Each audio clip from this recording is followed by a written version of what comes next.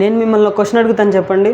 మీరు ఇన్స్టాగ్రామ్లో లాగిన్ అయిన తర్వాత మీ ప్రొఫైలు, మీ ఫాలోవర్స్ లిస్టు అండ్ మీ పోస్టులు, మీ హైలైట్స్, వ్యూస్, లైక్స్, షేర్స్ ఇవన్నీ అంత యాక్యురేట్గా ఎలా వస్తాయో మీకు తెలుసా? అంతేకాకుండా మీరు ఏదైనా ఒక రీల్కి లైక్ చేసినా అండ్ అమెజాన్లో ఒక ప్రోడక్ట్ని ఆర్డర్ చేసినా, వాట్సాప్లో ఒక మెసేజ్ సెండ్ చేసినా దీని అంతటికీ కామన్గా ఒకటి ఉంటుంది.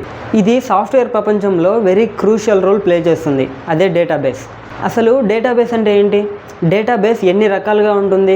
డేటాబేస్లో డేటా ఎలా స్టోర్ అవుతుంది? డేటాబేస్ వల్ల ఎలాంటి యూజెస్ ఉన్నాయి? ఈ వీడియోలో నేను కంప్లీట్గా ఎక్స్ప్లెయిన్ చేస్తాను. సో వీడియో స్కిప్ చేయకుండా ఎండ్ వరకు చూడండి. Hi everyone, I'm Rajasekhar. Welcome to skill courage. ఇంకా టైం వేస్ట్ చేయకుండా డైరెక్ట్గా టాపిక్లోకి వెళ్తే అసలు డేటాబేస్ అంటే ఏంటి? డేటాబేస్ అంటే ఏంటంటే ఒక స్ట్రక్చర్డ్ డేటాని సిస్టమేటిక్గా, ఆర్గనైజ్డ్గా ఒక చోట స్టోర్ చేస్తే దాన్నే డేటాబేస్ అంటారు.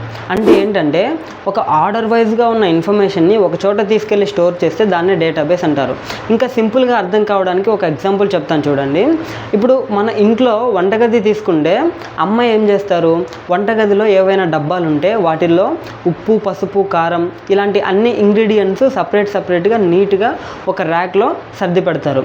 అలాగే డేటాని కూడా ఒక సిస్టమ్ ప్రకారం స్టోర్ చేస్తే దాన్నే డేటాబేస్ అంటారు. డేటాబేస్ వల్ల ఎలాంటి యూసెస్ ఉన్నాయంటే, ముందుగా మనం మాట్లాడుకోవాల్సింది స్టోరేజ్. హ్యూజ్ అమౌంట్ ఆఫ్ ఇన్ఫర్మేషన్ని చాలా తక్కువ ప్లేస్లో సేఫ్గా స్టోర్ చేసుకోవడానికి డేటాబేస్ అనేది ఉపయోగపడుతుంది. Second one, retrieval. డేటాబేస్లో ఎంత large amount of information store అయినా కానీ మనకు ఏదైనా కావాలి అంటే కనుక కొన్ని మిల్లీ సెకండ్స్లోనే వెతికి మనకిస్తుంది. మూడోది సెక్యూరిటీ. మన పర్సనల్ డీటెయిల్స్ కానీ, పాస్వర్డ్స్ కానీ, సెన్సిటివ్ ఇన్ఫర్మేషన్ కానీ సేఫ్ అండ్ సెక్యూర్గా స్టోర్ చేసుకోవడానికి డేటాబేస్ అనేది ఉపయోగపడుతుంది. డేటాబేస్ అనేది ఎన్ని రకాలుగా ఉంటుంది, డేటా ఎలా స్టోర్ అవుతుంది అనేది ఇప్పుడు చూద్దాం.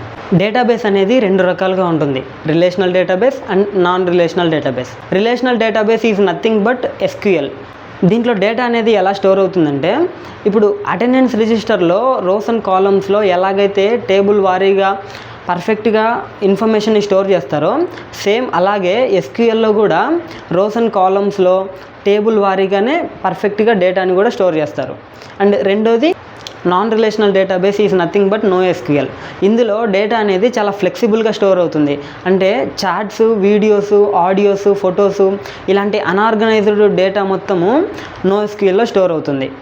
డేటాబేస్ గురించి మీకు అర్థమైందని చెప్పేసి అనుకుంటున్నాను. ఒకవేళ అర్థం కాకపోతే మళ్ళీ ఒకసారి వీడియో చూడండి. వీడియోలో కంటెంట్ ఉంది అనిపిస్తే లైక్ చేయండి, అలాగే మీ ఫ్రెండ్స్తో షేర్ చేయండి. ఏమైనా డౌట్స్ ఉంటే కామెంట్ చేయండి. ఇలాంటి ఇన్ఫర్మేటివ్ వీడియోస్ మీ దాకా చేరాలి అంటే కనుక ఇప్పుడే ఛానల్ సబ్స్క్రైబ్ చేయండి. ఇంకో వీడియోతో మళ్ళీ కలుసుకుందాం. Until then keep learning, keep growing. Thank you for watching this video.